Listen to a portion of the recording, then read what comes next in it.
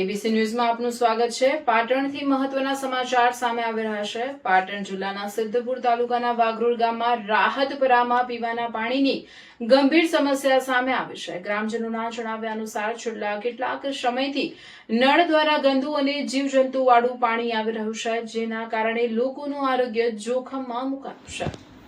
રાહતપરાના રહીશોનો આક્ષેપ છે કે દૂષિત પાણી પીવાના કારણે 2 થી 3 લોકો બીમાર પણ પડ્યા હતા। ઘટનાની જાણ થતાં વાઘરોલ પ્રાથમિક આરોગ્ય કેન્દ્રના ડોક્ટરે સ્થળની મુલાકાત લઈને સ્થિતિની તપાસ કરી હતી। તેમ છતાં હજુ સુધી પીવાના પાણીની સમસ્યાનું કોઈ કાયમી નિરાકરણ આવ્યું નથી। ગ્રામજનોએ જણાવ્યું કે આ અંગે ગ્રામના સરપંચ તથા તલાટી કમ મંત્રીને અનેક વખત રજૂઆતો કરવામાં આવી, પરંતુ આજ દિન સુધી કોઈ અસરકારક કાર્યવાહી કરવામાં આવી નથી, જેના કારણે આગામી દિવસોમાં રોગચાળો ફાટી નીકળવાની ભીતિ વ્યક્ત કરવામાં આવી રહી છે। રાહતપરાના મુકેશભાઈ રાવળ, સદાજી સોમજી ઠાકોર સહિત સ્થાનિક રહીશોએ તાત્કાલિક શુદ્ધ પીવાના પાણીની વ્યવસ્થા કરવામાં આવે તેવી લોક માંગ ઉઠવા પામી છે। સાથે જ સમસ્યાનું વહેલી તકે નિરાકરણ લાવવા મીડિયાના માધ્યમથી તંત્રનું ધ્યાન દોરવાનો પ્રયાસ કર્યો છે। રિપોર્ટર પ્રવીણભાઈ પંચાલ।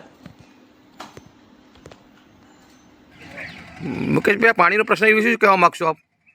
પાણીના પ્રશ્નમાં એવું છે કે સાહેબ ગટરવાળું પાણી અંદર આવે છે, અંદર પૂરા આવે છે, જીવાત આવે છે, બરાબર પાઇપ તૂટી ગઈ છે, એના અંદર કૂતરા પણ મૂત્રે, બરાબર જીવાત પણ પડે, અને પાણી નળ ચાલુ કરે ડાયરેક્ટ આપણે બોરેથી, ત્યારથી સીધું પાણી આપણા નળમાં આવે, નળમાં અંદર પૂરાવાળું અને ગટરવાળું પાણી મિક્સ પીવે, એના કારણે ઝાડા ઉલટી જેવા કેસો થાય છે અમારા રાહતપુરામાં। બરાબર। અમે ખૂબ અંદર 2-3 વખત સરપંચશ્રીને પણ જાણ કરી, તલાટીશ્રીને પણ જાણ કરી, પણ તેવું કહે છે થઈ જશે, ચલો થઈ જશે, પણ ક્યારે થઈ જશે? મરી જાય ત્યારે 3 વખત છોકરાઓને અમે દવા કરાવી શક્યા।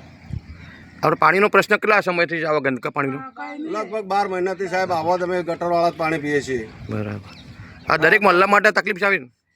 આખા મહલ્લા માટે? આખા મહેલામાં સાહેબ બરાબર। રાહતના ખર્ચે એ બધાય નહીં। 2002 થી મોડીને 2025 સુધી હજુ રાહતપુરામાં પાણીની પાઇપ નહીં પાસતી। આપનો પરિચય? મારો પરિચય રાવળ મુકેશભાઈ।